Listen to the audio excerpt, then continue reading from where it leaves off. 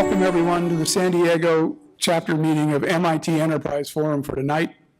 Thank you so much for coming. My name is Chris Steinhardt and I'm the chapter chair. Tonight's presentation is on blockchain. It's a timely and exciting topic.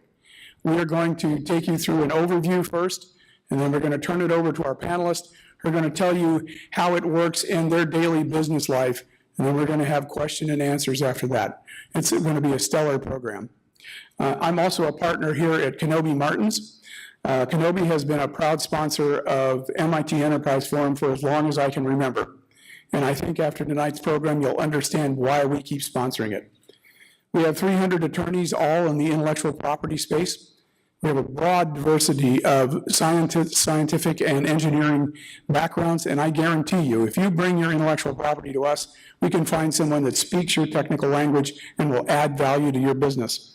We have offices. This is our biggest branch of about 60 people here in San Diego. Our home office is in Irvine. We have an office in Los Angeles proper, Seattle, San Francisco, New York City, and Washington, D.C. And we represent everyone from the smallest startups to companies like Qualcomm, Illumina, and Samsung. If I sound enthusiastic about the place, I am, because I used to be a client and they did a great job for me. Okay? So without any further ado, I'm going to turn it over to the marketing chair of the San Diego chapter, Andrew Berkhausen. Andrew? Thank you, everyone, for coming. It's great to have you here. Thank you, Chris, for the introduction and this awesome space. We'll be doing the wine social as well as many of our programs here, and Kenobi Martins provides a great venue for that. My name is Andrew Berkhausen. I am a board member here at the MIT Enterprise Forum San Diego, as well as the marketing chair. My background and passion is as a strategic business developer, helping provide solid connections and advice to folks here in San Diego. And most recently, I led the deployment of the world's first data center-powered genome lab at Scale Matrix in Kearney Mesa. And that was a lot of fun. I'm telling you this because it's hard, and I couldn't have done any of this on my own. No one can. And the foundation where I share my relationships and acquire new relationships and ideas and find the support that is required to build great things, I do that all here at the MIT Enterprise Forum. And I'm very, very passionate about what we're doing. So I hope that if this is your first event, we'll see you at many more in the future.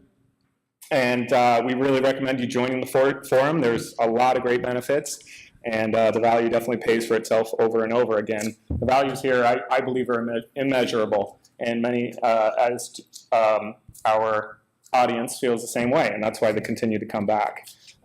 Tonight we are pleased, as the value that is obtained here is immeasurable, our nonprofit has been providing the underlying infrastructure to innovation here in San Diego for over 40 years to other networking groups as well as startup companies and enterprises.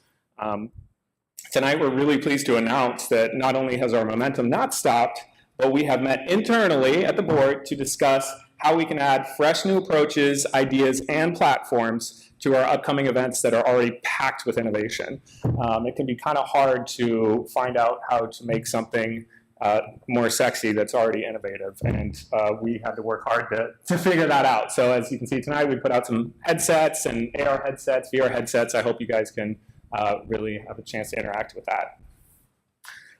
This is where the part of the brain is affected that is associated with inspiration and innovation. That's what we aim to accomplish here.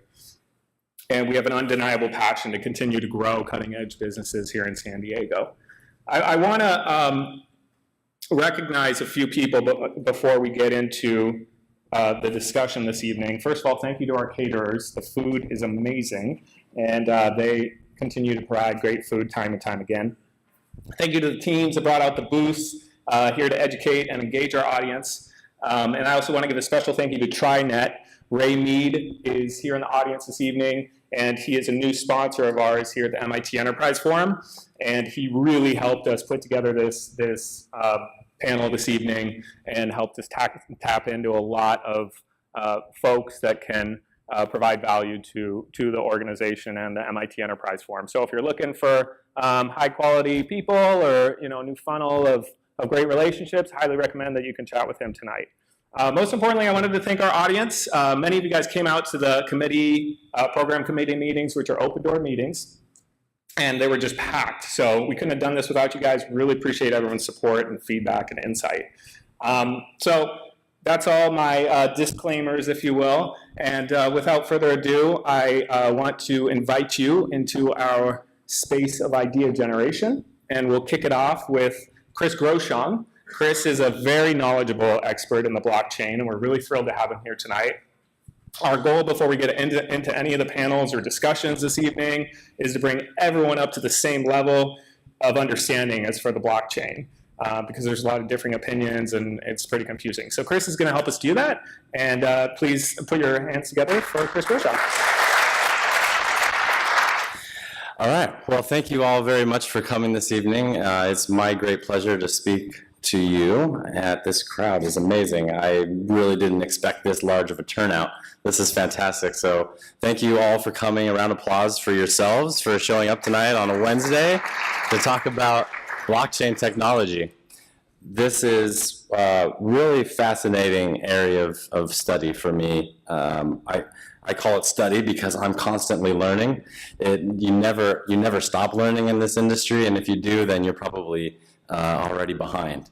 This is really cutting edge stuff, and I'm really glad that there's so many fresh new faces that I haven't seen in San Diego. I help run the San Diego Bitcoin meetup group as well, and have a company called CoinStructive, which focuses mostly on consulting businesses and enterprise level businesses, but mostly startups in the space who are interested in learning more about how this technology can affect their business, as well as provide them with a one-stop shop for their needs within understanding the crypto industry. So we want you to be able to leave with an understanding of what is blockchain, right, and how does it work? Because I think that's the two biggest things that everybody's really here for, right? And so before we get started with that, what we're going to have to talk about is this whole story of ICOs and what is really going on right now, because there's this fervor, right, that's taking over all of the news, and on every channel, basically somewhere, some sort of newscast, that people are talking about the incredible gains that people are getting out of ICOs. And I think what we can really think of as an ICO is instant cash and onboarding, right? Because people are really using it as a mechanism for fundraising. And there's nothing wrong with fundraising, and there's lots of rules and regulations around that people are starting to find out that the SEC has been watching, and that people need to kind of fall into line, so to speak, if they want to not get in trouble. And it's hard to say that to a bunch of people who are trying to build and innovate without stifling that entrepreneurial spirit.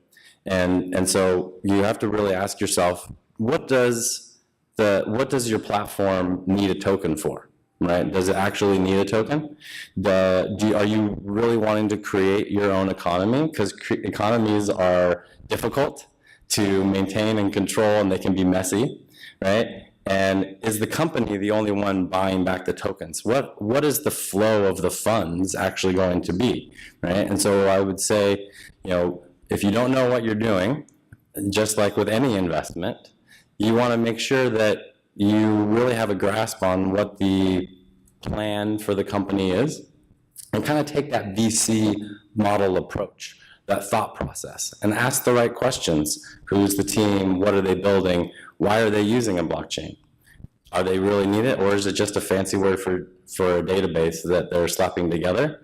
And you have to look at companies right now in the traditional space, public companies who are adding blockchain to their name and getting crazy returns overnight for no apparent reason.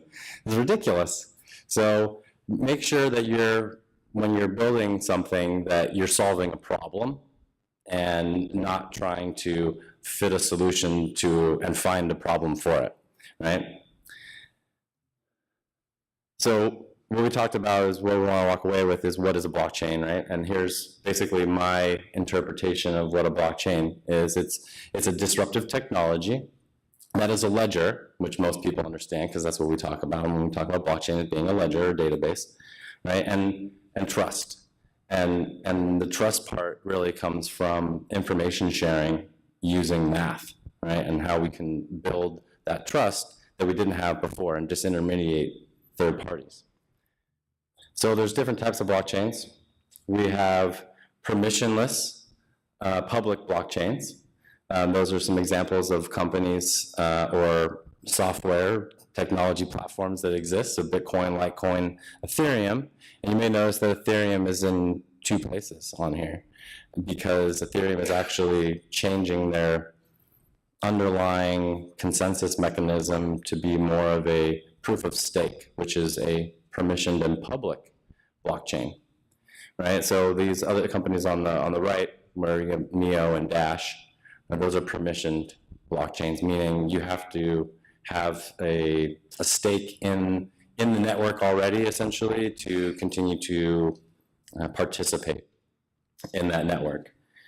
And the permission and private blockchains down at the bottom are things like IBM's Hyperledger and JP Morgan Chase's Quorum, right? For as much as Jamie Dimon dislikes Bitcoin, they were quietly working on building their own blockchain platform because they understood that these technologies are something that they had to pay attention to, because just like Amazon is a race to the bottom for data storage, blockchain technology is going to help be a race to the bottom for companies who do transactions or have a lot of intermediaries and be able to move frictionlessly throughout their environment.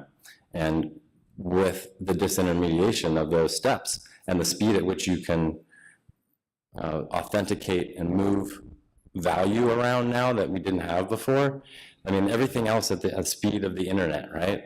You can get email, you can get video. I mean, we complain about 4K streaming not being good enough when 25 years ago you could barely get a JPEG to download through your dial-up modems, right? Like, where have we gone, and how long has this technology been in place, and where are we headed, right? There's a bigger vision here.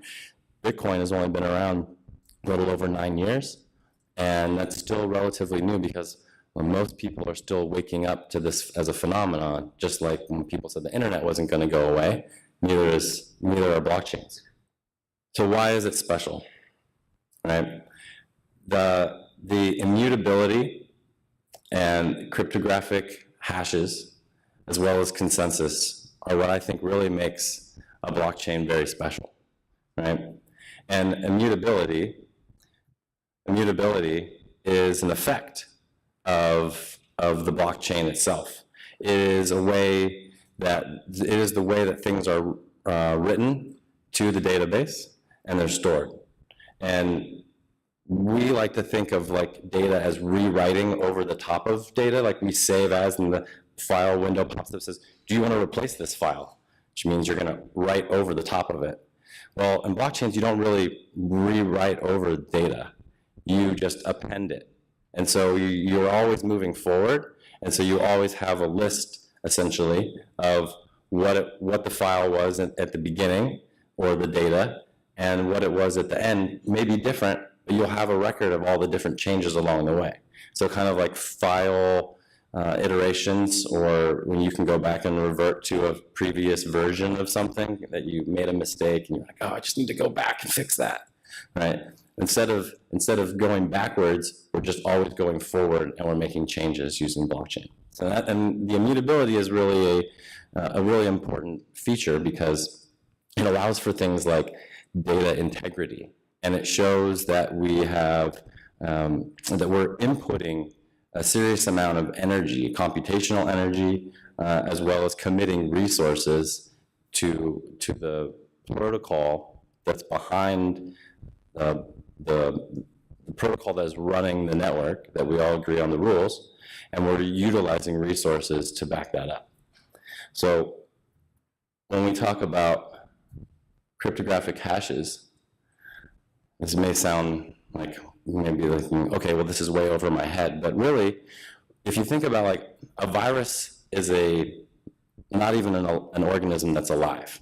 Its sole job is to reproduce, right? And it finds any way to do that, even though it's not alive. It's an amazing, and its sole function, right, is to do that, right? Math has a lot of different functions. I think we all agree that 3 + 2 is always 5, right? And what we normally think of as humans is we focus on the answer, which we want to get the answer. We're always rewarded for the answer. But if the inputs stay the same and you change the function, you get a different answer. So the important thing is the function, right? So what the ability of using cryptography does is it gives you like a one-way function to give yourself a unique identifier. So that's important because that allows people to be able to, or the network to be able to tell against attacks for double spending. Double spending, you can think of it like, well, I download a CD, right? And I can copy all the tracks, and then I can distribute all those tracks because I can just make copies of them. Well, the last thing you want is to make copies of money randomly and just be able to issue them. I mean, what do we think we are, the Federal Reserve? And the Treasury Department? But seriously, I think when you look at the idea of double spending, you need to understand that this is something that hasn't been able to be accomplished without the use of a third party. Because if you send more money than you have in your account, there's always somebody who's sitting there saying, whoa, we're going to charge you because you overdrafted. You need to move some money from another account, or they just don't let you do the transaction, right? If you're overdrawn on a credit card or something like that. So there has to be a method in place so that you can capture people who are trying to send money at the same time. And with the unique identifier that's attached to you, when you're sending, you can tell if that person has decided to send the same amount to 2 different people at the same time. And the network chooses randomly which one they will accept. So someone's getting paid and somebody's not. But that's better to have somebody get paid and not get paid than to game the system. So in this example here, general example, what you can actually do is you can take a file, a large file, a data, like a book even, right? And you can hash it using this cryptographic function.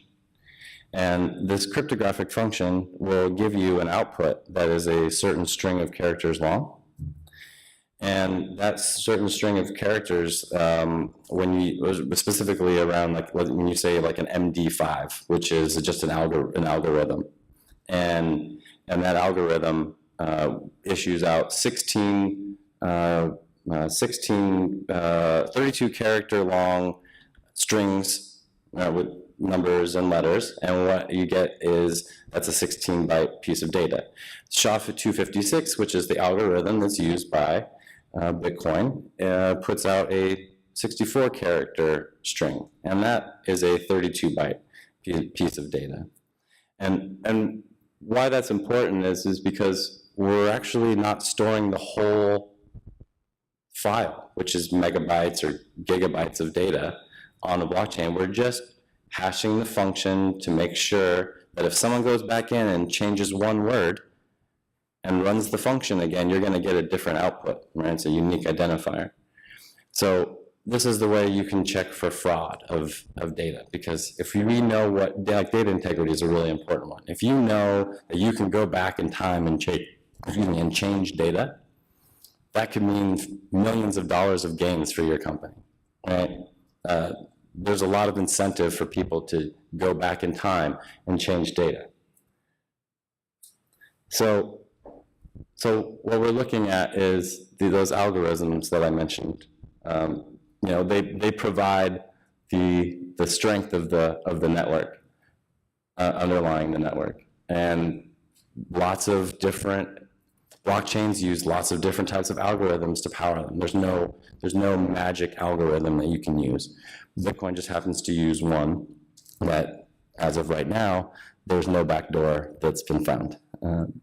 And the other thing about those small pieces of strings of characters, the fact that they are really small kilobytes of data, right, or bytes of data, when you're storing them on a blockchain, you're really storing like I said, very, very small pieces of data. So the op return code is only for 40 bytes of data. That means you can insert extra information into that spot and then lock that onto the blockchain, and it becomes like a notary, right? And I think that's really important to kind of understand from the fact that you have these storage costs now that when you're building these things that you didn't have before. Programmers are not used to having to think about storing every piece of data and having a cost associated to it, because data storage is so cheap now. You just write the code, you put it in the cloud, you just leave it there and it runs, right? So you don't have, it's not really a problem. Data's not a problem. Data storage is not a problem. In a blockchain it is, it's expensive. Every transaction is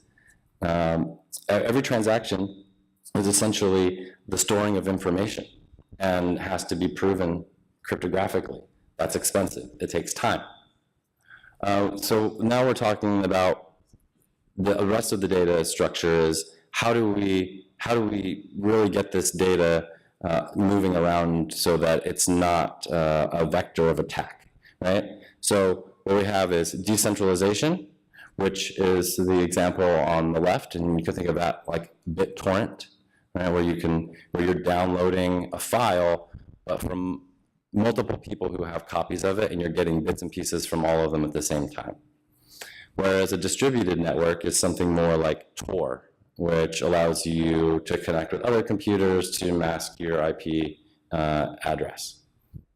So where's the magic, right? We've talked a little bit about how it works, but the important thing is if we get into understanding what a transaction does, then it'll make a little bit more sense, right? So when we talk about a transaction, there's different pieces of the data that are involved in moving that transaction or recording that transaction.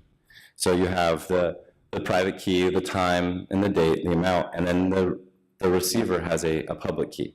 The private key and the public key share a common bond through cryptography, and you can think of the sender, who has the private key, as like being the one who has access to the email, right? You log in with your email password. You can send email all day, but to receive, you can give anybody your email address and they can send email to you. We all get spam, right? Anybody can send you something.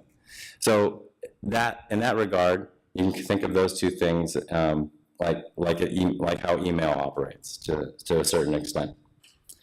And so what we're looking at is you take all of these transactions and you bundle them into and process them into blocks, right? And so the first block on the left here is basically full of transactions that are being processed, right? And in order to propagate the next set of data, and right, we already mentioned that it's linear, that you need to have a little bit of information from the block before it so you can make sure that all of the computers who are doing the processing are in agreement, right? They're all at consensus. So you take a little bit of information from the previous block, you include that in the block, the next block. And you repeat that process over and over again, and that's how you get a chain of blocks, right? And each block is just a chunk of data, right? So just like when we were talking about servers and things in the early days of the internet, blockchain has its own set of lingo, and so there's a lot of definitions. I'm sure like some of the things you may or may not have heard of for the first time today, but there's a lot of resources out there and definitions to go through that you can do yourself a favor and try to get familiar with some of those terms. So the blocks, I like to kind of think of that. Another way to think of that is an analogy of like a file cabinet, right? Where you have a three level file cabinet, and the bottom, in order to unlock level 2, you have to unlock level 1 first. And you open the first drawer. Inside of that is a key to open box number, or the second file cabinet spot. In order to open the third file cabinet spot, you have to open the second one to get the key out to unlock the third one, right? So it's kind of a linear process, and it takes a lot of computational power, at least in the case of Bitcoin, to process those transactions. So this is kind of what the whole thing looks like together, essentially. So you have this blocks of data being propagated across the bottom. And the most recent one, you have these agreements, these handshakes, that people are agreeing to send value back and forth between each other. And then you have what are called miners or nodes. Miners are actually doing the work of checking the cryptographic math to make sure that it all lines up and approving those transactions, which then get inserted into the block. And you may say, well, that doesn't sound so exciting, but there's an incentive, at least in a public blockchain like Bitcoin. The incentive is built around the economics, which in this case is for mining. Mining is the actual process of checking the transactions, and there's a reward for doing that, because what are you doing by mining? In a permissionless system, anybody can buy a specialized miner, which is basically a server. You can plug it in at home, or I would suggest a data center. And you point this thing to the internet and you're off and running. What that means, right, is the machine now that is running is just checking transactions all day long and processing them. If it solves the cryptographic math first, solves a block of data, it basically raises its hand and says, I did it first, give me my reward. So there's a reward incentive in Bitcoin that says every 10 minutes, when a block is produced, we're going to issue newly minted Bitcoins, and that's how they're going to come into the world. So the incentive for people now is 12.5 Bitcoins every 10 minutes. And you can do the math. It's pretty lucrative. But it also becomes an arms race, because your job is to have more computing power than the guy who's living next door to you. And then what you're doing is you're spending more money on machines, he's buying more machines, you're spending more electricity, the cops are showing up thinking they're growing cannabis. Like, it gets pretty out of control pretty fast. And so then you get centralization of mining farms. And every once in a while you'll hear one and they burn down because they're not running things correctly, or they overheat. And so you have this whole idea of incentivizing people to disintermediate what would be like the credit card company who has, these data centers full of servers who are just processing transactions and checking transactions, right? And so now you can have anybody who wants to be a part of that plug in and start getting paid essentially for doing the work. So how is this different from a permissioned system? Right? Well, in a permissioned system, only certain people are allowed to see the data. So you may have party 1 and party 2 who have agreed on a contract for, let's say, buying some flowers that are in season in South America, but not in North America. And so they have agreed to a price, and they've decided that they're going to ship these to the US. Well, not everybody needs to know exactly what the price is that you agreed to, but you have to have other people in the system who are signing off on things. For instance, the port authority when it leaves the country in customs, the port when it gets into customs, the shipper, the logistics people, right? And then potentially a bank or a financer, right? Somebody who's making sure that the payments are being issued correctly and holds account and maybe actually has an interest in the business and is giving a loan. The auditor can sit there and see and have read-only permissions, so they can't write anything to the blockchain. All they can do is read. Right? So a PwC and a Deloitte, they're working on their own products where they have audit nodes, essentially, where they're listening in all the time, which is what they do anyway. So it's a different incentivization model, because all the parties supposedly know each other and trust each other already.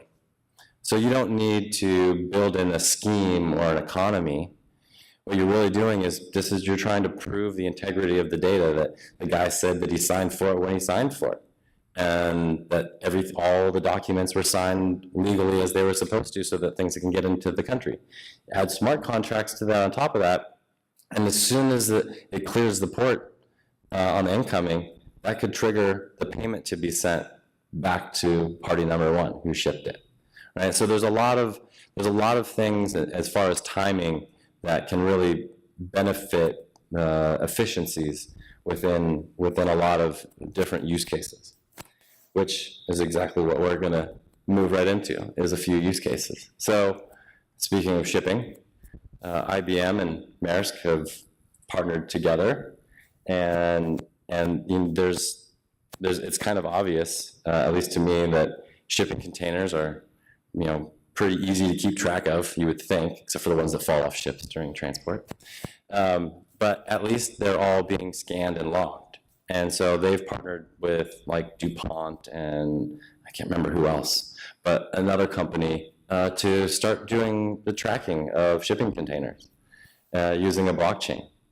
And in 2013, the World Economic Forum said that reducing friction around information sharing around borders and the border administration and things like the ports, right, to international trade could increase GDP by nearly 5% and trade by 15%, which over time could mean trillions of dollars depending on the nation that's doing the trade.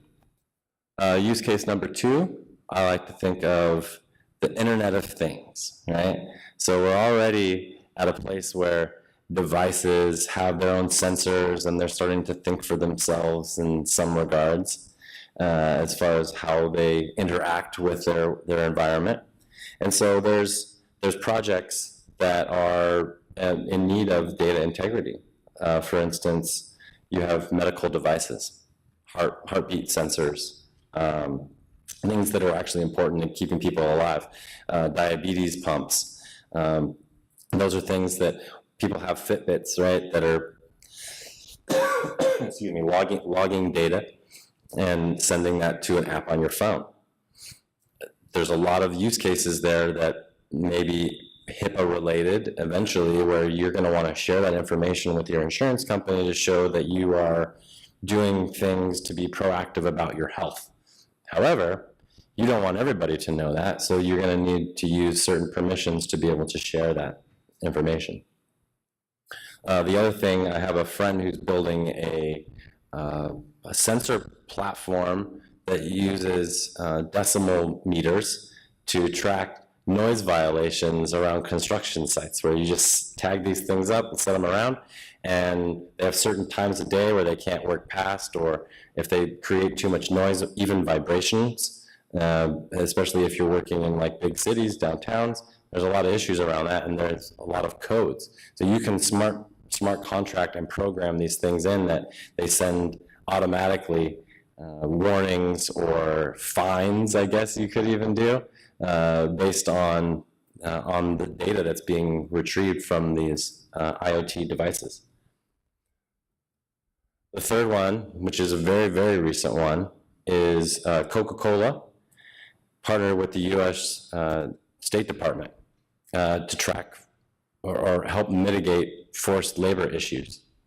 And this is a supply chain use, but it's a supply chain use that I actually think is highly desirable because it helps with the social impact around getting people better lives overall. Actually, sugarcane was something that my great-grandparents actually farmed in Hawaii before they came to the United States. Yeah, Hawaii wasn't always part of the United States. and so when you think about the use case around being able to help forced labor, where it's basically indentured slavery because they're charging people room and board, food, and then their wages don't cover that. So now they're stuck, and they live at the facility or near the facility, and everything's being paid for them, but they can't get out. There's no way out. So they're looking at how they can get more visibility and transparency into the supply chain to help with forced labor. So transparency is a really big benefit of supply chain or of blockchain technology if it's used in the right way. one of the things that's also, I think, important to know is that CocaCola and a lot of these other large enterprises have actually been studying blockchains for over a year, some of them 2 years. And so if your company is starting to think about it now, it's not that you're behind, it's just that it doesn't happen overnight. There's a lot of thought that goes into it. Anybody who's working in this space or has talked to people in this space who are building understands that it actually takes a lot to build something with this technology, and there's not a lot of help in developers right now. The last example is Dubai, and Dubai is doing some, I mean, they're always trying to do some innovative and things keep on the forefront, but the government, especially in this instance, is using it for replacement of documentation, visa applications, bill payments, license renewals, building permits, which account for over 100 million documents each year that will be transacted. And we're looking at a savings of up to 114 million tons of carbon, redistributing 25 plus million job hours into more productive things that people can be doing than shuffling paper around. I know I got a desk full of it. Like, there's more efficient ways to do things, and this is one that I think is going to be a good use case as well. We didn't even touch on all of the use cases, but some of the other verticals that people are talking about, which are also exciting, are insurance, business logic in general, so front office, back office stuff, banking and investments, which are pretty obvious, like hedge funds, like my buddy over here, Andrew, in Crypto Capital. I mean, crypto hedge funds are a new wave of investment tools that people are building right now to invest specifically in this new industry. And the healthcare industry is also going to be touched by this, and we have some panelists tonight, which you're going to get some more in depth about how that works. And the real estate industry, or just some to name a few, right? So the blockchain technology is really going to disrupt any of these industries that already exist, if it's possible. Wherever there's power held by people who are in an elite position, blockchain technology is ripe to disrupt that. So thank you all very much for your time today, and I appreciate it. Thank you.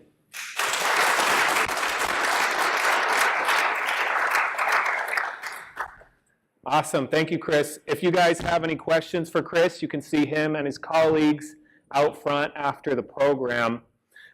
So a lot of you guys had questions about how the government is going to get involved with blockchain, what they're doing with blockchain, how the government's going to support blockchain. And I had no idea how to answer any of these questions. So I thought, who better than to bring the Chief Information Officer of America's Finest City. Please welcome Jonathan Benke. All right, thanks Andrew. I've been CIO for the city for a little over 3 years, been with the city 9 years, and before that came from the private sector, worked in the automotive industry, oil, manufacturing, contract services, was an SAP consultant, and moving over to the public sector, a completely different world. Public sector is not about profits. It's not about raising the stock price or competitive advantage, right? It's really about the 1.3 million residents and businesses of San Diego. San Diego has 11,000 city employees and 31 city departments with a lot of very different business models. So as we look at emerging technologies like blockchain, we're really taking a look at really everything that encompasses government. Last week, Wednesday, I presented our IT strategic plan to the City Council Committee. And on our roadmap slide, one of the bullet points was blockchain under emerging technologies that we're evaluating. When we look at emerging technologies in the city, we really think about the value proposition, right? Will it improve the level of services for residents? Will it provide efficiencies and speed delivery of services? Can it reduce costs? And can it provide expanded data for decision makers? And what problems are we really solving? So we look at the value, the costs, and the risks of emerging technologies, and really attack that as we're putting our roadmaps together. When we look at some of the evaluation of emerging technologies, we look at, I look at cloud services as an example. When I talk to vendors, their R&D investments really are in mainstream use cases, right? Government sort of in that second tier. So we usually see the R&D investment for government, like with cloud, it took them a couple of years to get GovCloud standards together and really open the world up for us in the government to really meet our requirements. And I think we're seeing that with emerging technologies. But when I look at how we evaluate those things, we look at an emerging technology like blockchain, and there aren't universal standards yet, right? There's still uncertainty from a regulatory standpoint and questions about interoperability. I did see NIST in January released a draft document about blockchain. It's very good. If you haven't seen it yet, check it out. They do a great job of summarizing it and talking about some of the use cases out there. When we look at use cases for public sector, the city, city governments are on the bleeding edge of adopting technology. But I look at what we've done on the IoT side of things, and we're implementing smart streetlights that can help with parking and pedestrian safety. We're implementing smart traffic signals that can help move traffic here in San Diego. Driving up here tonight, I don't think I hit the smart traffic signals yet. We're also implementing ShotSpotter, and that's helping us with public safety. So we look at emerging technologies like blockchain. Again, those IoT use cases are use cases that are a little outside of approaching a city department coming and saying, hey, I've got this business problem, how can we solve it? So I think with these emerging technologies, we really look at the technology and look at the business case and really how can we apply that and do some of those things. Looking at some early use cases I've heard for government, real estate transactions. I'm reading about some cities out east that are trying to implement blockchain. We get a lot of scammers. We work closely with the FBI and get alerts on things. Real estate transactions are really something scammers are focusing on right now. Another thing that states are looking at is digital identity and how they interact with their residents, and another possible use case. IoT, I think Chris talked about that as another potential use case. And then electronic voting, that's been in the news a lot. That also I've heard is a use case. Smart contracts, of course, and we do a lot of transactions, right? All of our information's public. We do a lot of transactions. So I think looking at those things, and we're doing quite a bit of digital transformation. We're getting rid of the traditional government paper, and so I think those are potential use cases for us to look at as we move forward. As we're moving ahead, we're anxious to see what market offerings are out there. If we've got any companies here, put that R&D into the government side, and we'll be interested to hear what you have to say. I really do expect the blockchain use cases really to explode in the next couple of years, and I'm really anxious to see where it all goes. Thanks for the time. I'll turn it back over to Andrew to get our panel up and running. Thank you, Jonathan. That was awesome. Jonathan is a guy that really has his finger on the pulse. I've known him for a few years, and he has a lot of great insight. Speaking of government, I'm going to read this so I don't butcher it. San Diego has won as a city to compete in Kansas City next week for the US Ignite Smart Cities Challenge. US Ignite is a part of the National Science Foundation. So a couple companies here competed with, for example, Jonathan referenced a few of them with the traffic lights and things like that. They competed and now they won, so they're going to represent San Diego and Kansas City. In June, we will be doing another hackathon here in San Diego. It's downtown through Cybertech, and that will be for more companies to compete, and those winners will go to Barcelona. So if you guys have any companies that you think would be great participants in this challenge, anything you're doing with the blockchain or IoT or anything like that, please see myself or Anita after. And if I'm too busy, I have some cards here, and you can email myself your information, and I'll get it to the right people.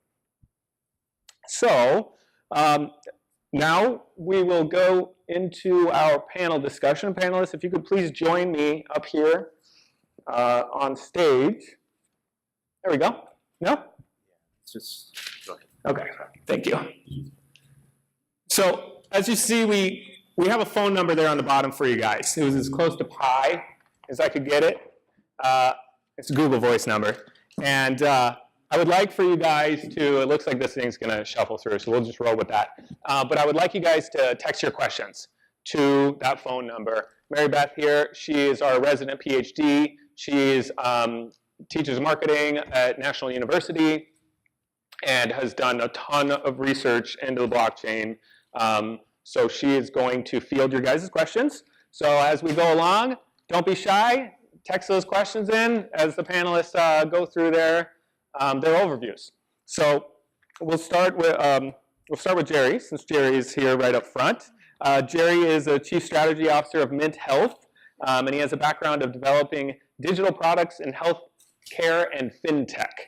So without further ado, if you could kind of tell us what you guys are doing at MintHealth and how it interacts with the blockchain. Okay, great. Can you hear me? Yeah. Okay, good. Well, good evening, everybody. It's great to be here to talk about something I actually fell into by mistake around 7 years ago when I acquired my first Bitcoin.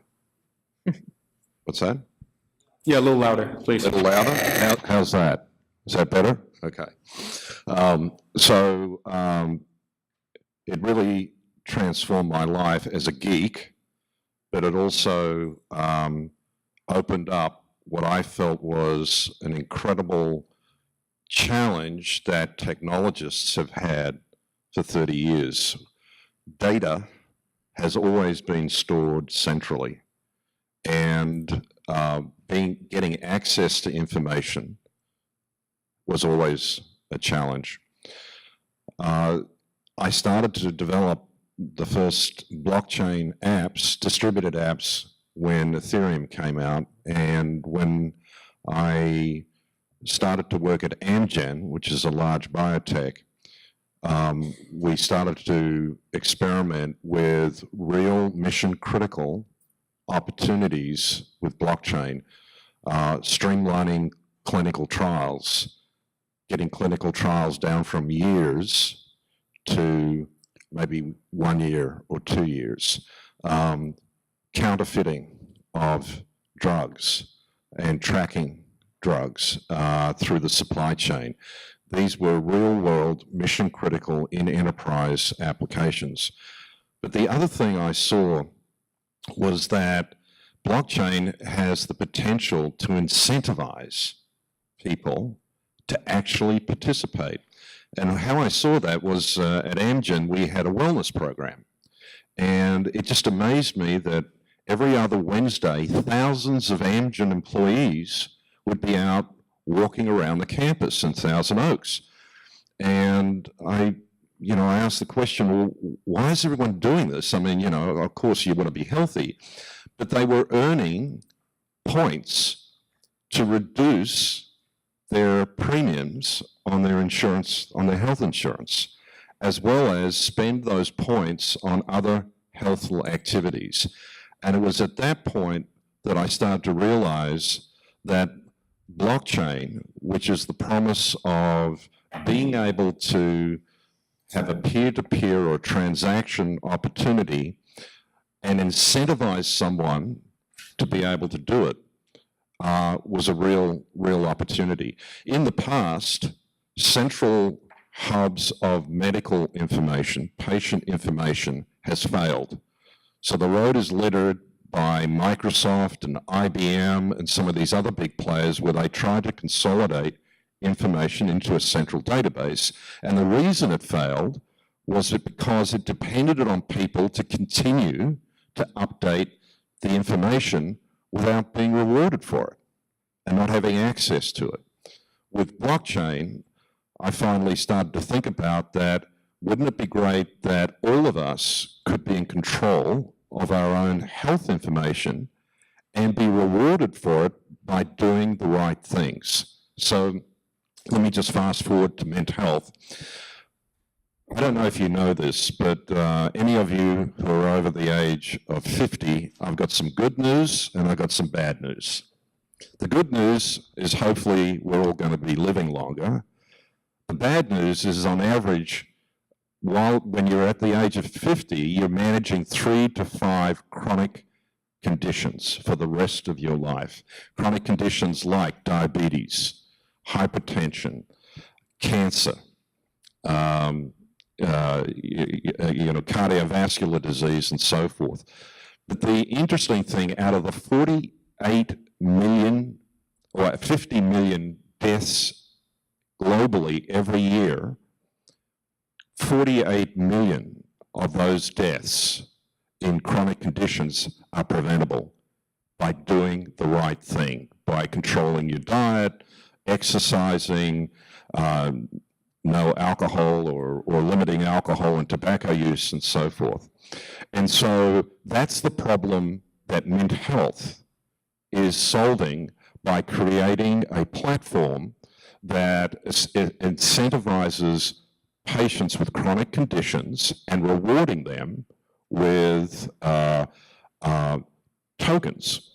And these tokens, it's not cryptocurrency. So in the world of crypto assets, there's cryptocurrency, there's crypto commodities like storage and processor, there's crypto utilities, which actually do something that's meaningful, and then there's something that's emerging called crypto securities, which are SEC regulated, approved securities that are tradable on SEC compliant exchanges.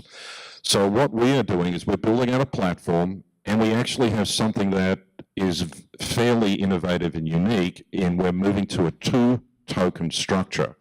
We have a token that incentivizes patients to do the right thing, and that's a utility token that is not tradable, was not part of an ICO, and is a token that is invested in by at-risk companies. And then we also are going to have a security token that is tradable, that will be traded on exchanges, and will receive a dividend from the utility tokens that are sold in the ecosystem. The rewards that patients get will be a marketplace, and we have a very powerful redemption series of partners where people that are doing the right thing will be able to get discounts on their prescriptions, pay for their co-pays, reduce their premiums, as well as maybe get a free ride on an Uber, or in fact use as loyalty points in purchases at large retailers and online. So with that, we are launching our product in the summer, and I'd be more than, once we get to the Q&A, share with you some of the learnings around when blockchain makes sense and when it doesn't. And because there are plenty of areas where it doesn't make sense.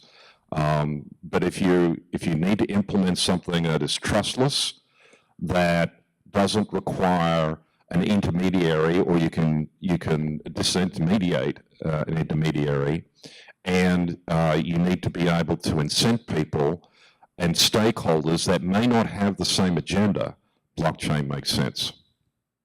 Thanks. Well said. Thank you. Great. So the next on our panel here is Dawn Berry. She's the president and founder of Luna DNA. She's a TED Talk speaker, and most recently came from a very small biotech company you probably haven't heard of. It's called Illumina, and she's here to talk to us about her new company. Thank you very much. Thank you, and Chris and Anita for bringing this program together, and for all of you for being here. So at Luna, we are hard at work building the first medical research database that's owned by its community. So unlike the current state of health data, in this model, you're at the center of it. And so what we're doing is moving you from being owned in terms of an information point of view to being the owner of your information. So the problem that we've assembled to solve is that research has been hindered, and it's been hindered for 4 primary reasons. The first is size, both in scope and scale of data, has been really insufficient to do large-scale genomic research. We haven't had enough samples. We haven't had the type of data in those samples, so we need genomic data, we need other omics, we need lifestyle, environment, nutrition. And finally, the data that we have had has lacked diversity. So it's been largely from white males. So when we think about medical research, in order for that research to be maximally useful, the data set that you do research on has to represent the diversity of the population. The second is that databases haven't had the proper structure. Data needs to be harmonized and calibrated in order for meaningful data to be extracted and utilized. And the second is data's been siloed, right? Institutional incentives are typically to keep data, and that's not an insult. That is the way their businesses have been stood up. That's probably the way the consent has been done, and that's what their models have been built to achieve, and that's okay. But this bang and say everybody share their data is just not a feasible call to action. And then finally, most passionately to me as individuals, have been largely treated as specimen sources, not participants and partners in research. People want the ability to get in the research game, especially if they're fighting disease, and healthy people have a ton to contribute as well. Our definition of healthy is absence of disease. There is so much more to be learned by why people are healthy. And so in this model, we're inviting individuals in as research partners, and most importantly, creating an equitable position for them to be joining into research. So the trends that we're leveraging are 2.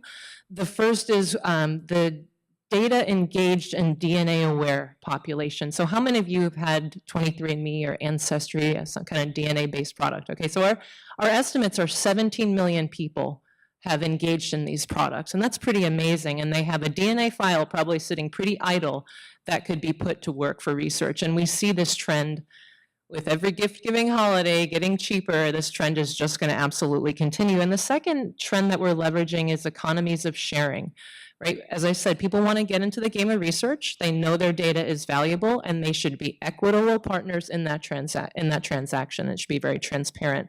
So as I mentioned, Luna is breaking down the silos of centralization. This is a database where the data is actually owned by the individuals, and through the power of smart contracts, as the data aggregator, i.e. Luna, makes money, that flows right back to the individual. So a good analogy is a co-op, where we all come together and create a bigger asset, a more valuable asset. And as that asset gains value, it's paid back to the individuals in the form of dividends. And so the power of the blockchain here is to deliver transparency. We've got a lot of moving parts here. People are bringing data. We've got the value of the aggregated data. You have value flowing back in, and that all has to be calculated and distributed properly. Second is the security of people's currency is really important. And finally, just skating to where the puck is headed. Blockchain currently doesn't have the scalability to really store large data sets or create a quick way of doing research, but that will change, and we'll look to leverage that when that comes that way. So we're fixing the problems of silos, transparency, and the imbalance in value that has been the current state of research. So I think we're uniquely suited to tackle this. We are 7 people strong, about 3 months into the business, 3 former Illumina executives, so we know the challenges in genomics. We're in the genomics capital of the world, and we established as a public benefit corporation because we believe this is a model that's not only good for people, the right thing to do for people, but we believe will create a tremendously rich research asset. Thank you very much. Thank you, Don. Awesome. Thank you. Okay. Next on our list here is Paul Puey. Paul Puey is the president and founder of Edge. He has a background as the lead 3D graphics engineer at NVIDIA. And without further ado, Paul? Thanks, everybody.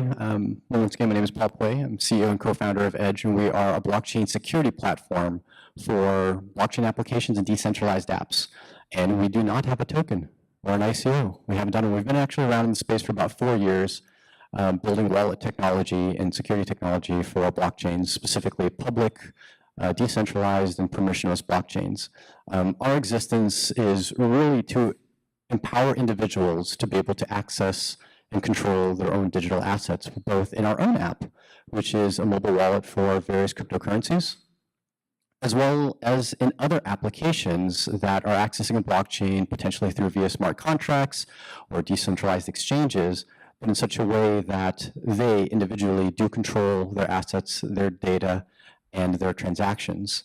Fundamentally, what we do is we secure private keys. As a little nugget of education, like what Chris had said earlier, a true blockchain is communicated to via private keys and digital signatures and cryptography.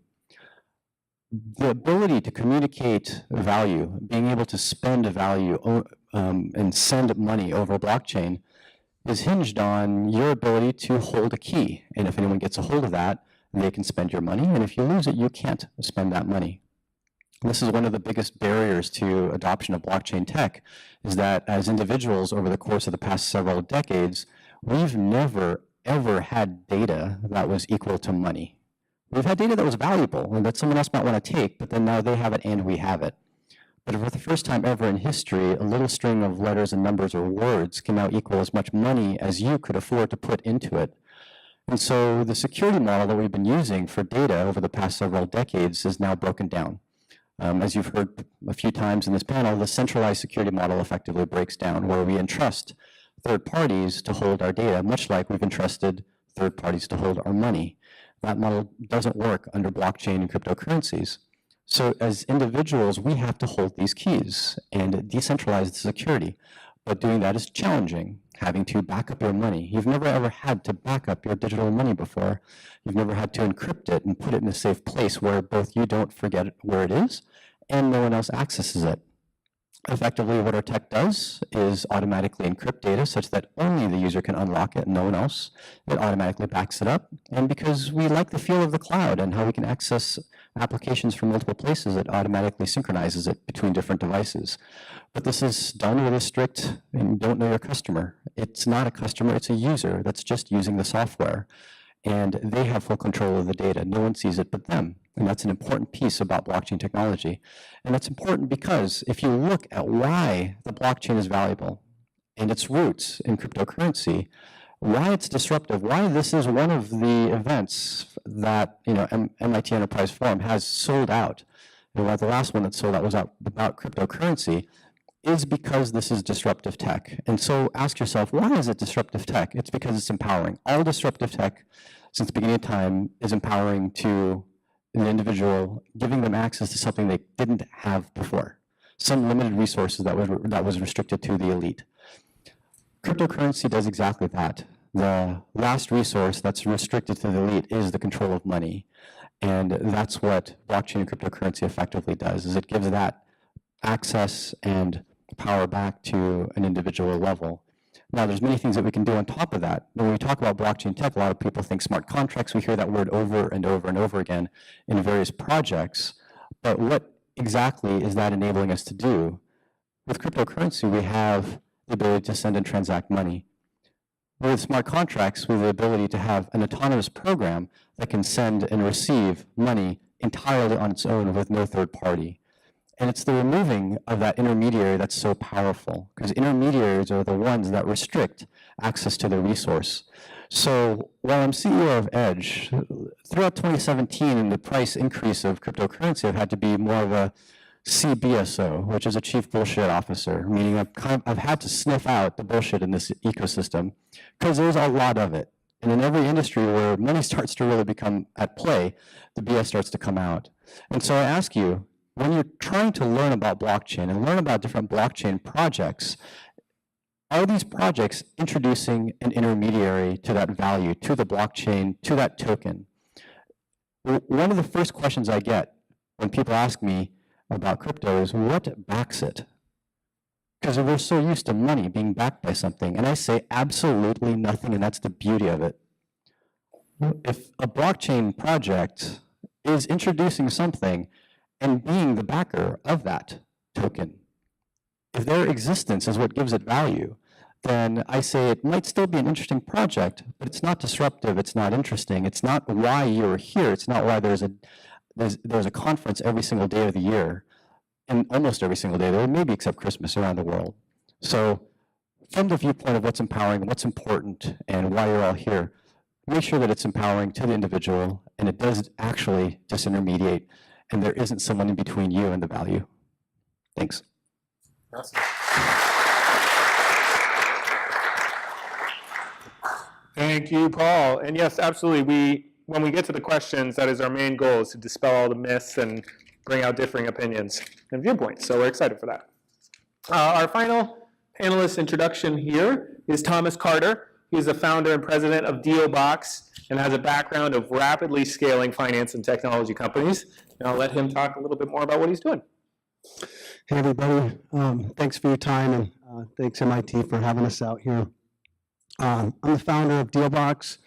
The mission really for Dealbox is to empower entrepreneurs and help liberate them. And what I mean by that is, I think we could all agree data is driving everything. And a lot of these entrepreneurs, when they start out and they want to, focus on their business plan and put together their capitalization plan, that's a bit of a process. And so over the years, we've kind of developed our own methods of doing that. And what we're really doing is we're taking traditional capital market best practices and trying to help entrepreneurs that are looking to put their business on a blockchain to make sure that there's a viable case study, a viable use case for that. And really working with them and developing a roadmap that's compliant. I think we could all agree with the recent regulatory framework that's come down and the difference between what is a utility token and what is a security token, and we're really trying to help, and we're learning. I mean, we're not by any means experts, but I think if you're out in the front line doing it, you're finding out what works and what doesn't work. And to that point, we as Dealbox have actually launched our own token and creating a business blockchain business accelerator crowdfunding platform. It's a mouthful. So the value of the Dealbox token is there's actually three parts of value. One is there's a discount that we're offering for that token, and that's going to give you access to companies that are coming onto our platform. The companies that we have are, we're going through a vetting process. We're looking to stand them up, looking at their financials. We're looking at everything that's basically standing up companies to look like public companies, again, using public company best practices for private companies. And then we're making sure that there's a sound business model there, that there's actually fundamentals, that there's actually value to what they're creating and the problem that they're solving.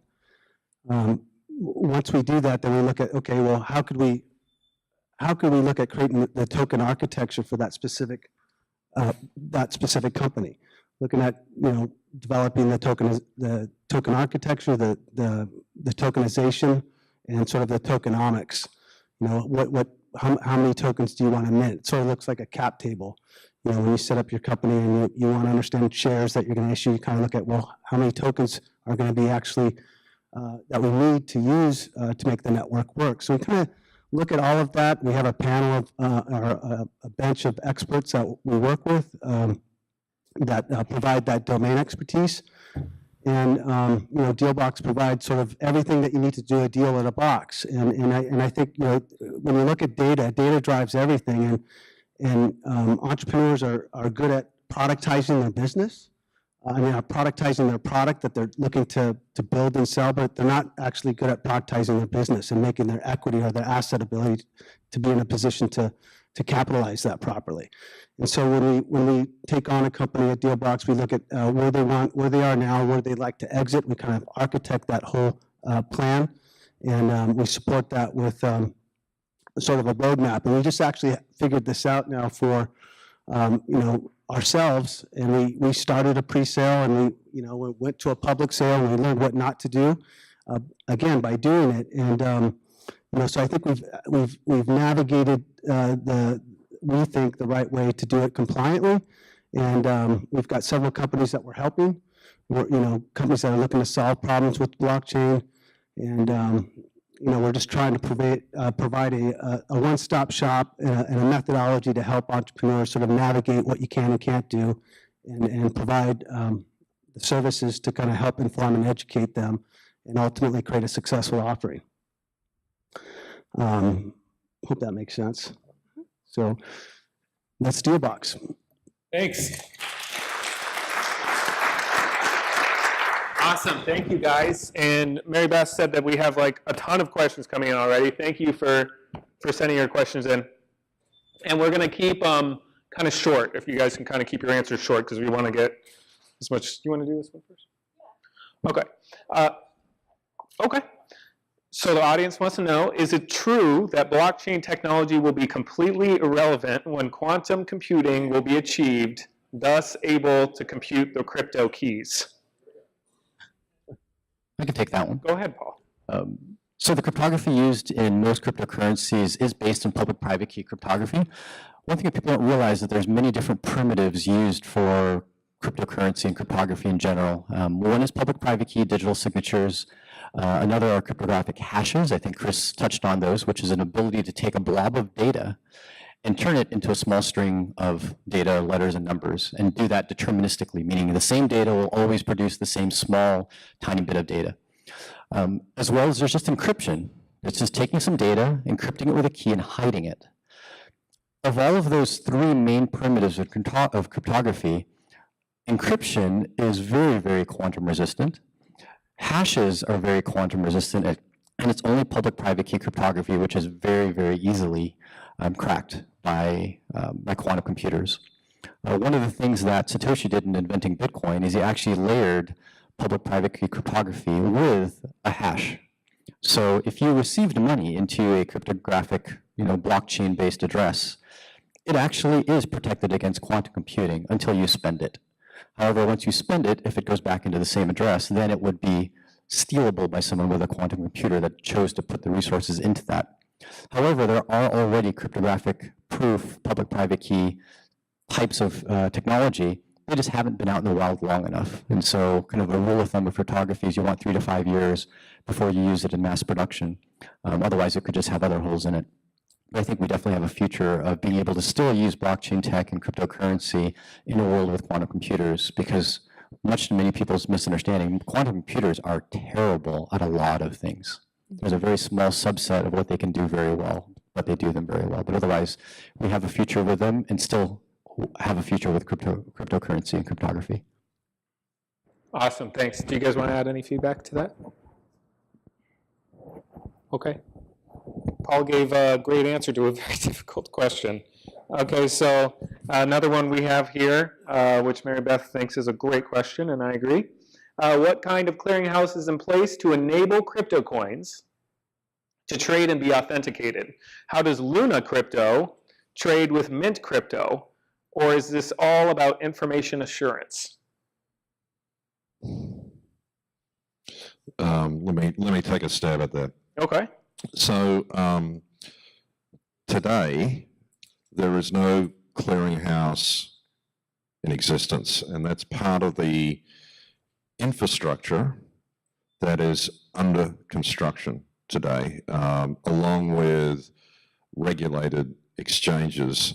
I'm reminded of the dawn of the internet, where there was so much infrastructure that didn't exist to enable everything that we enjoy today. If you'd invested in pets.com back in the 90s, you would have regretted it.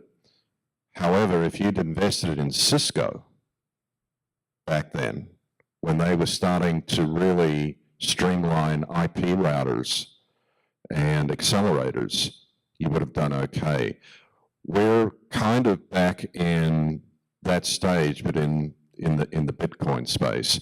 In terms of how these coins are actually going to be exchanged, there are projects underway right now.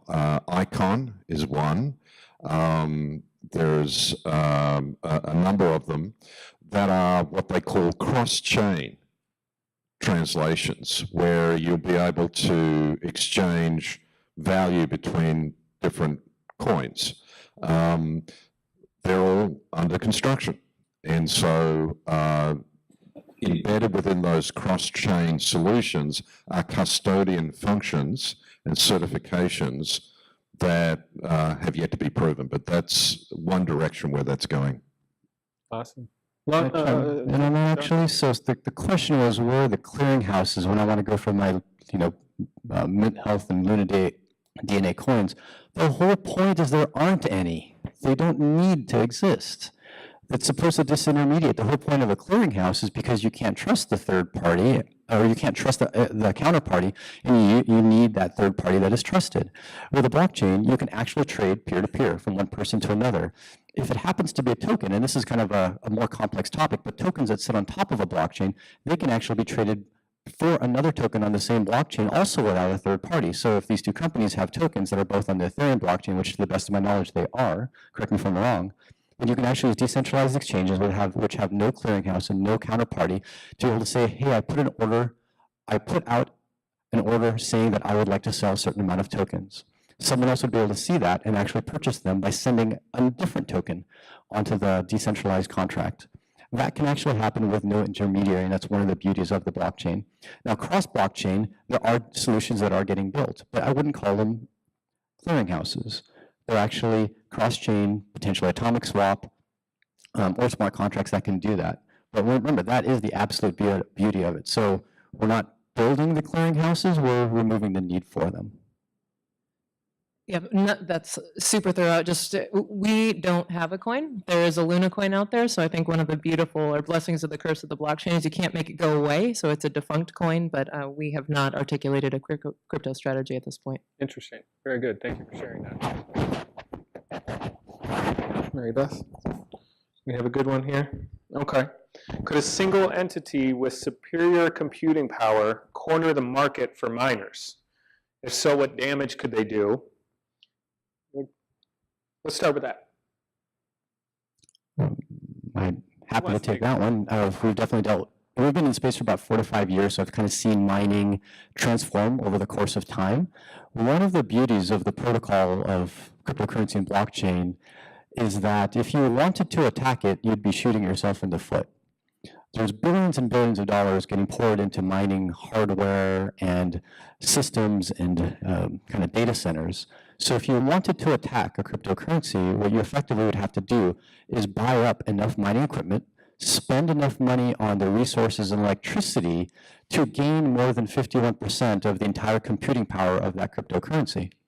So guess what you're doing while you're gaining up to 51%? You're actually earning money doing it. So as you do that, you're earning more and more and more and more money, to the point where when you finally get a chance to attack it, you probably have the most to lose.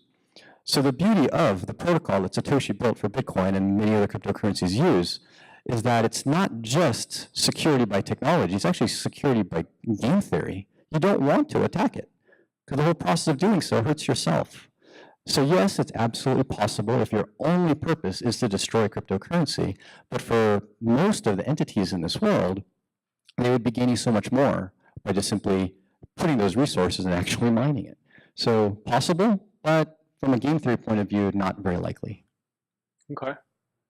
Thomas, do you want to add to that? You said it.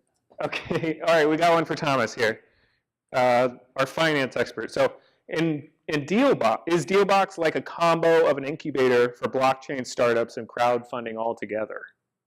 Yeah. Yeah, I mean, we actually started one of the first crowdfunding sites, Equity Round. Kind of got the idea, when you're out raising money, you're going, man, this is a lot of work trying to get in front of people, and you're just trying to look at better methods to do that. And I think we could agree with the Jobs Act. That's helped quite a bit. by the biggest, I think, single factor of the Jobs Act was the general solicitation rule that was lifted, which allows people now to generally solicit to raise capital. With Dealbox, again, we're kind of looking at taking public company best practices for private companies and applying those to companies that want to look to take their business onto the blockchain. And so we're like a combination of all of that, business accelerator and crowdfunding platform. Very cool, very cool. Thank you. Someone just wrote a question saying, who is Satoshi? I know Paul was talking about Satoshi. Satoshi Nakamoto is an individual or a group of individuals that wrote a white paper in 2008 called Bitcoin, peer-to-peer network. Electronic cash. Electronic cash. So that was kind of the framework for Bitcoin and where blockchain was born. Wow, a lot of the questions about Satoshi, we don't know if he's alive or dead. We don't know if it's a one person or not. We don't even know if it's a he. So, what do you have a question? Let me take these in the meantime. Great. Okay. What does your business, let's get everyone a chance to kind of answer on this one. What does your business look like in 10 years using the blockchain, or in 5 years?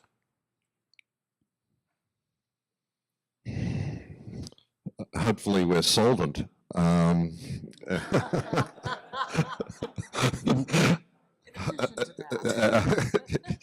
Good start. In addition to that.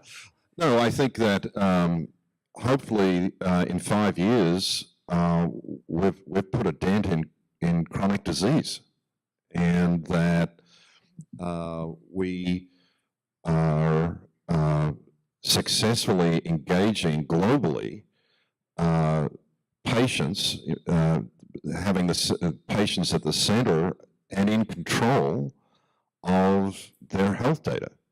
And that's the mission we're on, and hopefully it'll be accomplished within 5 years. Very cool. Thank you. Yeah, I would say that as individuals donate their data to the greater good for a collective data asset, I think we'll see a future where we're just seamlessly living our lives and donating our data to science. So you can imagine consenting, engaging with wearables and sensors, and blockchain can, in concert with IoT, could just be seamlessly donating that data. So you could agree to donate a lifespan's worth of data to science versus, I guess, donating your body after you die. I think we'll also invert the model where you're owning your data and not, current states where you're spitting a tube and, you're giving away your rights when you do a lot of that. I think it'll be a much more transparent world where you don't have to click 20 clicks deep into a EULA to realize that you're giving away a lot of rights. And I think scientific research will happen a lot faster. It won't be hypothesis, budget, recruit, science. I think there'll be an asset of people sitting there saying, I'll participate. Let's start research now. Cool. Thanks. Well, along those lines, I'll go down the path of ownership of data. So our company helps secure private keys. And so that security, once again, is at the individual level, at the edges of the network, which is why we call our company Edge. And that means no one can see that data other than you.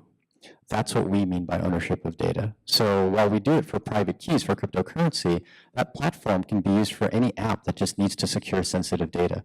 So imagine a world where we could build cloud-based applications such as a QuickBooks or a Quicken, but not entrust those companies with seeing that data. And so when we say ownership of data, you can use an app, have that data backed up and synchronized between different devices, and nobody sees it other than you. That's how we define ownership of data. So whenever I ask a project, well, what do you mean by ownership? Is that a legal ownership? Is that, that I have access to it, but no one else does? Or does that mean that you have access to it, but you promise not to share it with anyone else? We define it as no one has access to it other than you. And so now we'll have a choice. We can now build applications in the future where, yes, maybe it's a social media app. You want to share the data with other people, and other people will have access to it.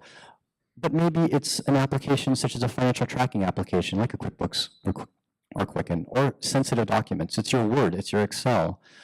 And all of that are documents that are stored, encrypted on your device, backed up and synchronized, but no one sees it other than you. And so that, to us, is how we define ownership. And the applications that we'd like to see in 5, 10 years are those that give us the same user experience that we have with cloud-based apps, but we truly own and control it, and it's up to us whether or not anyone else can see it. Where we'd like to be in 5 years is where entrepreneurs have software as a service to launch their business in a compliant way, whether it's on a blockchain or with equity, and really would like to be the sort of united laboratory of developing that software and that application and that process. Ultimately, having that used with AI, so you can imagine voice to everything that you want to do, voice to enterprise, so that you can understand what your customers are doing, what how many shareholders do you have, how many token holders do you have, having all that information be voice activated, and when you're using software now that's helping you run your business so that you can focus on what you do best, and having the software provide that as a service. Awesome. Thank you. Thank you. Those were great answers. That was actually a trick, easy question, because now I'm going to ask you the real question, which is what everybody wants to know, which is, how are you going to accomplish those things with your implementations on the blockchain? So what we want to find out is, let me find a better way to word that. How will you overcome the challenges of implementation in order to achieve those goals? How will you implement your solution onto the blockchain to achieve that? We're going to use actually an agile technique, which is start small and iterate and learn. Because what we feel is that there is so much churn and innovation taking place in this space as it relates to the underlying technology, the iterations and the variants of different blockchain networks that are trying to leapfrog the past mistakes of other networks. So we're not actually, our approach is building to change, not building to last. And so being very flexible in the choices we're making around the networks, the architectures, is what we believe is going to set us on a path of success here. Cool, thanks. Yeah, we're still super early and watching the space, watching the change, thinking about where the puck is headed in terms, scalability, ability to store large data sets. Obviously, this is the most private information that you could ever have, and I agree with you in terms of ownership. What I'm talking about is more control of the data. And so we have the benefit of, I think, starting now and watching to see where everything is going, and being very mindful of SEC at this present time as well. So to kind of achieve that end goal that I'd mentioned of enabling people with kind of decentralized secure apps, private secure applications, really cryptocurrency is kind of the Trojan horse. You put a wallet in people's hands to secure cryptocurrencies, you've put also a tool to secure data that only they can control. So that's kind of the starting point. And the way we achieve, and we aim to achieve mass adoption is through stickiness. If you think about the most successful companies in the world, they don't just build a hammer or a great product, they build an ecosystem. And so that's what we've built with our platform that secures this data. It gives you the familiarity of just login credentials to create an account and log into an application, and that applies actual client-side encryption and backup. But what we've done is actually made it where the platform goes into other applications, and you can actually single sign on with one account. So one account using our mobile wallet can sign into multiple partners. So that creates a level of stickiness that goes above and beyond just the utility of securing the data, because it's hard to do that kind of security on each and every one of these kind of decentralized apps where you now have a different set of credentials on each one. And single sign-on has been definitely a huge boon to usability for centralized apps, like the Google, the Facebook, and all the social media sites that you use them to log into. Well, we're the first and only player in the space that's doing single sign-on for decentralized, secure, encrypted applications. And being able to take part in that ecosystem as it grows is what we'll leverage to basically give that stickiness and make us very relevant down the years. And so what I'd obviously love to see in that 5-10 years timeframe is potentially us here still speaking at the MIT Enterprise Forum, and everyone in the room having Edge on their phone and being able to transact both cryptocurrency and log into secure apps. And if you don't already have it on your phone, you can see any one of my colleagues, such in the corner with this shirt. happily send you your first cryptocurrency if you don't already have it. Does anyone here not have cryptocurrency? Quite a few. Well, don't leave today without coming away with some of it. Otherwise, you probably won't have that full learning that you could have had from coming to this event. Thanks a lot. Thank you. So you're actually going to give us Bitcoin? We'll give some version of cryptocurrency because, you know, there's more than just Bitcoin. And how we also stay relevant is being very agnostic because we don't know which cryptocurrency will be the one of the future. All right. So everyone see Paul after to get free money. Yeah, I think being chain agnostic and, you know, what Paul's saying is it's so early and there's so much innovation that's happening around different chain technology, whether it's, you know, there's just a lot of different innovation that's happening. So if you could stay sort of chain agnostic and still build your model out, you know, again, sort of with Dealbox, we're looking to kind of create that access to early stage blockchain ventures. And with our token is, again, you get the discount, then you're able to sort of access these pre-qualified, pre-vetted opportunities at a discount before they do their pre-sale. And then once you do you take the token and exchange that for one of the companies that are launching on a blockchain on the platform, you're able to then sell that token on an exchange, then come back in and purchase your Dealbox token all over again and sort of ride that value creation back up again. And I think staying agile with all the innovation and technology is definitely a way to go. And we will actually give you guys a token today. There's no value to this token. It's really just sort of a talking piece, but it's one of the first minted altcoins, and it's a Dealbox altcoin. And come see me. I'll be glad to give you guys one of these. Nice. Thank you. Let's actually continue with you, Thomas. We want to know what's the future of Bitcoin, and all of you will have a chance to answer this if you'd like. What's the future of Bitcoin in light of current market conditions and SEC Google slaps? I don't know who wrote that, but okay. Future of, you know, where the market's at today, I mean, people are saying, you know, bubble. And there's, you know, I think there's, you know, when you look at things, I'm sort of a fundamentalist. If you look, there's 21 million, what's it, 21 million wallets right now? Coins. Wallets, who knows? Well, there's a limited amount of people that actually have purchased cryptocurrency. And if you look at global assets today, that's 280 trillion. So if 2% of that finds its way into cryptocurrency, that in the market cap, I think today's hovering around 350 billion. So if 2% of 280 trillion finds its way into cryptocurrency, that's 5.6 trillion. So if you look at the market cap today at 350 and market cap where it could go, I think there's a lot of room for Bitcoin to increase in its price. I wouldn't give any specific speculation or comment on where I think Bitcoin itself is going, but I think the general cryptocurrency space is incredibly strong. You know, even with today's kind of down price. If you look historically, it's been around for 8-9 years now, and no one will say that it's going anywhere, that it's going out. Maybe some people say Bitcoin will die, but no one's going to say that cryptocurrency will die. So the global cryptocurrency market cap achieved about $500 billion at some point in the peak.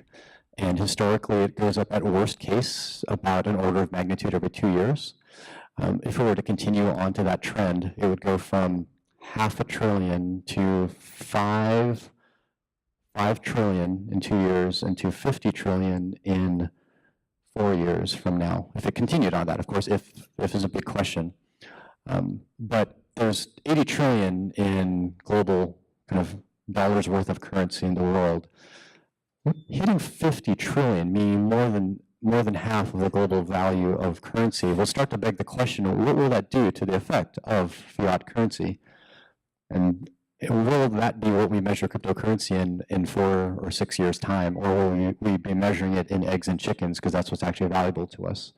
That's a really interesting thing to ask yourself, because while it's 10x'd every year for the past, not every year, but every other year for the past 8 years, those have been almost insignificant relative to the total global value. It's starting to become incredibly significant, and I think you'll see in the 4 to 6 years it will be so significant that people will have to make a hard choice. You know, it's not about investing anymore, it's about protecting. And once it starts looking that way, then the waterfall really starts to hit. Thank you. Thank you, Paul. We have a question for our health techies on the panel. Dawn, how do you anonymize the data that you're using for research?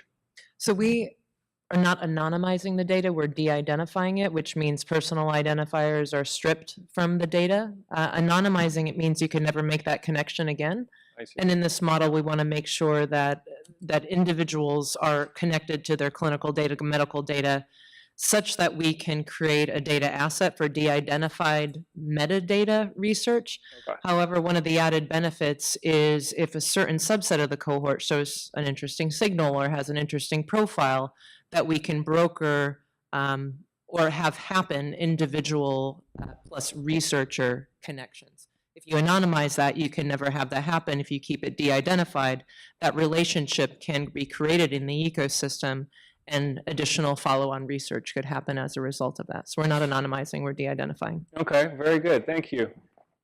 Jerry, do you have any thoughts about how you guys might want to accomplish either de-identification or anonymization? So we're creating this self-sovereign health record, and whatever data that we do capture will be de-identified in the cloud. However, obviously, if you have a private key, you need to have access to all your specific information, but we won't be in a position to see that. So thank you everyone for coming. We're going to end with a really, really special question, I think, which is going to hopefully give us a lot of knowledge. We talked about scalability.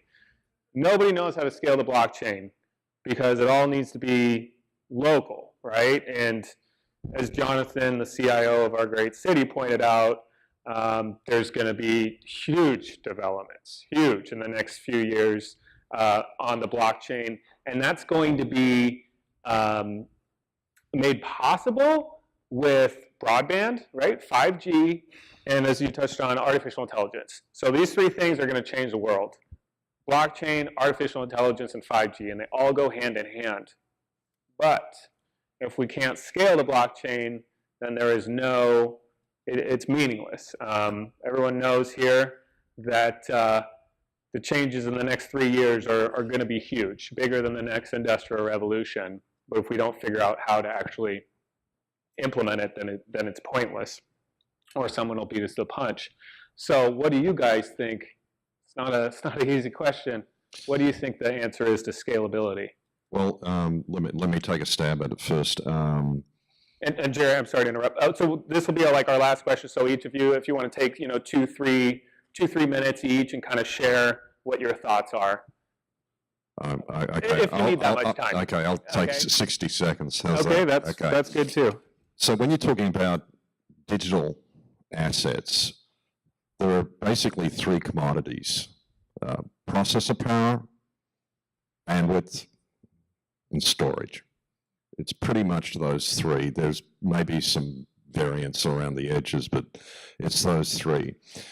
What we're seeing evolve is, with the lack of latency of Bitcoin and CryptoKitties running on Ethereum, clogging the network, and what we're seeing is the Ciscos of the 90s are today decentralized crypto commodities that are being built out to specifically address performance, scalability, latency, reliability, and there's a number of projects that actually have implemented and that are under development. So I see that the building of the infrastructure, once again, in order for blockchain to be successful, just like the predecessor of the internet, in order for the internet to be successful, there was some infrastructure plays, some commodities that needed to be built. The same is true with blockchain, and you're starting to see those types of capabilities and projects come online. Cool, thanks, Jerry. Yeah, that when we think about genomic data, I mean, genomes are multiple gig files. When we think about longitudinal data like Fitbits and everything, those are also big files. So we have to strike some kind of balance of storage, but then when you do research, the research has to be quick. When we start thinking about EI for hypothesis-free research, that all has to be quick. So I echo all those points and just throw out the challenge of very large data sets, speed of research, cost of storage. We've got to figure all those things out. Okay. Thanks, Don. I don't think blockchains actually will have that big of an issue scaling. We actually have one thing on our side, Moore's Law, which is making computing faster, bandwidth faster over the course of the years.